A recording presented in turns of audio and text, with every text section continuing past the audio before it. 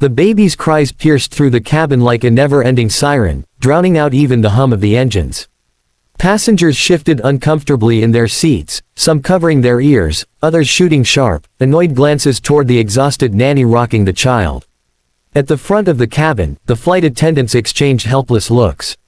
It wasn't just any child, it was the son of an Arab millionaire seated in first class, a man used to commanding respect and silence wherever he went.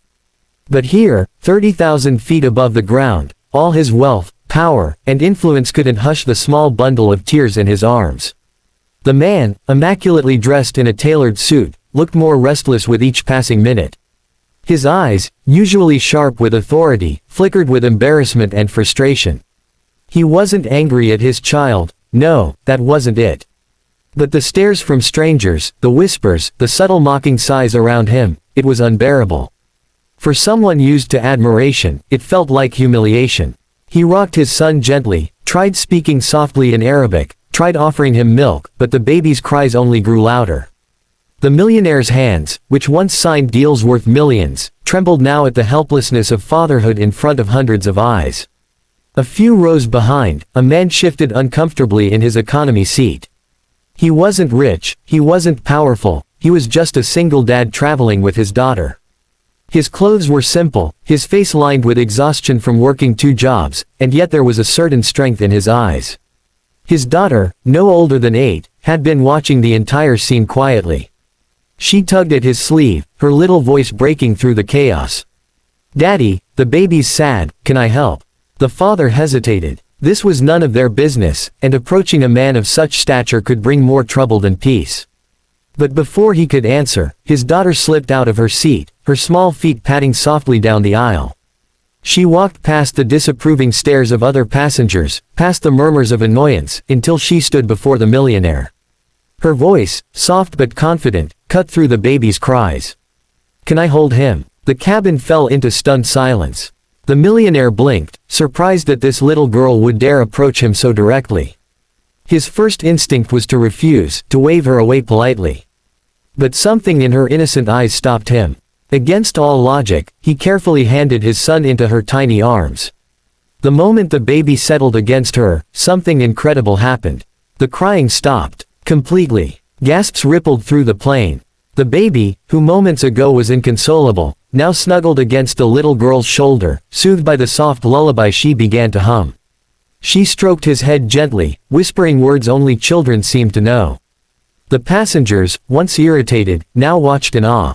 Even the flight attendants paused, their eyes wide with disbelief. And the Arab millionaire, a man who thought money could solve every problem, sat frozen in his seat, overwhelmed by the simple miracle unfolding before him.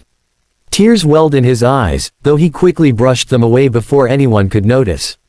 For so long, he had surrounded himself with bodyguards, nannies, and servants, believing that care could be bought, that comfort had a price tag. But here, at 30,000 feet, his son found peace not in luxury, but in the arms of a stranger's daughter, a little girl raised by a father who had nothing but love to give. The millionaire leaned forward, his voice trembling as he addressed the single dad. "Your daughter, she has a gift. You've raised her well." The father nodded humbly, pride shining in his eyes.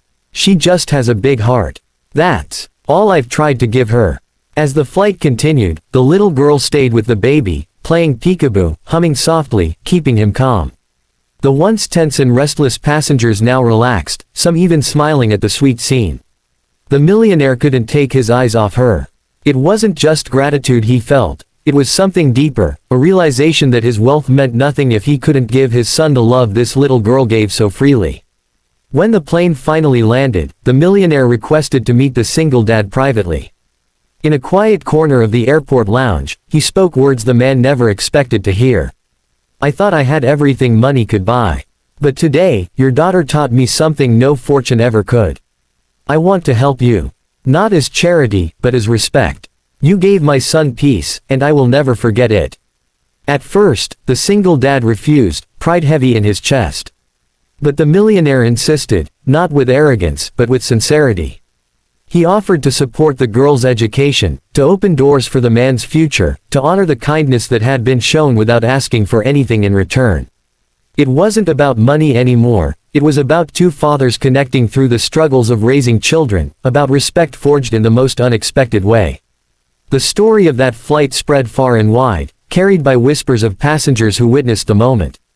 The millionaire's baby stopped crying only when the single dad's daughter held him, they said. And people listened, not because it was about wealth or power, but because it was about humanity. As you hear this story, remember, kindness has no price, and love has no status. Sometimes, the smallest hands carry the greatest power to heal. And sometimes, the greatest lessons are taught not by the rich, but by those who only have love to give. If this story touched your heart, don't forget to like this video, share it with someone who needs hope, and subscribe to this channel for more powerful stories that remind us, in a world full of noise, kindness still speaks the loudest.